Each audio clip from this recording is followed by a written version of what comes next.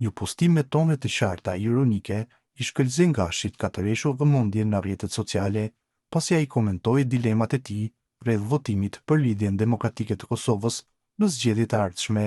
Gashi me një dozë sarkazme në postimin e tij në Facebook shkroi se kishte menduar ta votonte LDK-n, por u shpreh se nuk sheh arsye të forta për ta bërë këtë, duke ironizuar rezultatet e ulta të partisë dhe paqartësinë e saj për koalicione.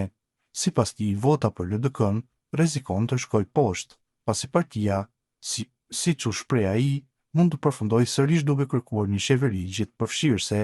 Në vim, postimi i tij i plot: "Do isha me votu LDK-n në çdo zgjedhje, por po mendoj pse me votu. Këta sillen te 15% maksimumi.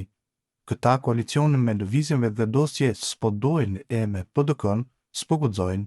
Do me thënë me votu për ta është me çu votën poshtë, se këta mas zgjedhjeve prap lypin qeveri gjithëpërfshirëse", shkroi ai. Asnjëherë nuk kam vendosur vija të kuqe dhe siç e pam në balotazh, edhe ata që patën vija të kuqe, të gjithëve ju ran. Krejt më krejt, u gëm bashk, kështu ka deklaruar kryetari i ri i PDK-s, Bedri Hamza. Ai, pas konventës së PDK-s, në të cilën u zgjodh pa asnjë vot kundër, ka mbajtur një konferencë për mediat, ku ishte pyetur edhe për vijat e kuqe për bashkëpunim me lëvizjen vetëvendosje. Ai kishte shtuar se duhet të jemi të përgjegjshëm para interesit të vendit dhe gjithmonë t'i bëjmë veprimet e dukura në interes të vendit. Hamza theksoi se PDK-ja në drejtimin e tij do të fokusohet në qasje më bashkëpunuese, duke insistuar në dialog politik dhe gatishmëri për të gjetur zgjidhje për çështjet e mëdha shtetërore. Ai u shpreh se vendi ndodhet përballë sfidave të rëndësishme, nga ekonomia dhe procesi i dialogut me Serbinë dhe integrimi evropian, dhe se këto sfida kërkojnë unitet politik, jo përçarje artificiale. Sipas tij, PDK-ja do të jetë opozitë e përgjegjshme, por edhe e hapur për bashkëpunim në temat që e prekin interesin e strategjik të Kosovës.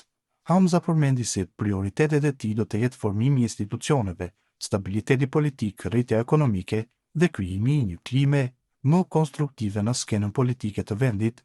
Sinjalet dhe nevoja për qeveri stabile. Analisti politik Eduard Gashi thotë se deklarata e Hamzës për vijat e kuqe duhet të kuptohet si një sinjal i qartë politik. Sipas tij, kjo qasje nuk nënkupton patjetër koalicion me lëvizjen vetëvendosje, por tregon se PDK-ja nuk përjashton askënd. Deklarata e Bedri Hamzës se nuk ka vija të kuqe ndaj askujt duhet kuptuar si një sinjal i qartë politik se PDK-ja po e vendos interesin e shtetit para interesit partjak. Kosova është ende në një fazë të ndjeshme të shtetëndërtimit dhe në këtë situatë kompromisi nuk është dobësi, është domosdoshmëri për stabilitet.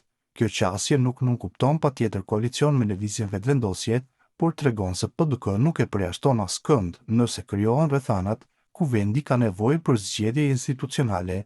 Natyrisht një bashkëpunim i thellë programor me lëvizjen vetëvendosje mbetet sfidues, duke pasur parasysh dallimet e theksuara dhe faktin që kryeministri Kurti shpesh perceptohet si aktor i paparashikueshëm. Megjithatë, politika nuk bëhet me emocion, bëhet me përgjegjësi.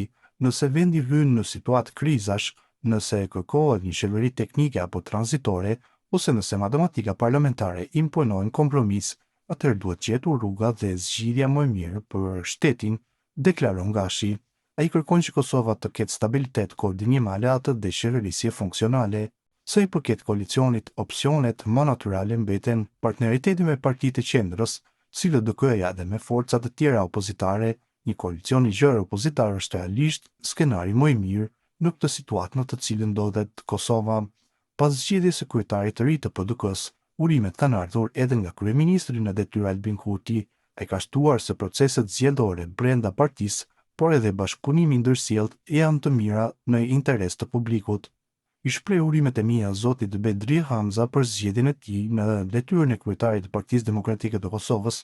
Proceset zgjedhore brenda partisë, por edhe bashkëpunimi ndërsjellët i spektrit të gjerë politik, çdo herë në të mirë të interesit publik janë parime themelore për funksionimin dhe avancimin e shtetit tonë, thënë ndër të tjera Kurti, por nga partia e tij nuk pranoi një koalicion me PDK-n. Zëdhësi i lëvizjes vetëvendosje Arlind Maxhuka ka thënë se qëndrimet e subjektit janë të qarta dhe të pandryshuara. Sa i përket koalicioneve dhe bashkëpunimeve, tashmë lëvizja vetëvendosje ka bërë të qartë pozicionin e saj, nuk ka koalicion me PDK-n, deklaroi Maxhuni.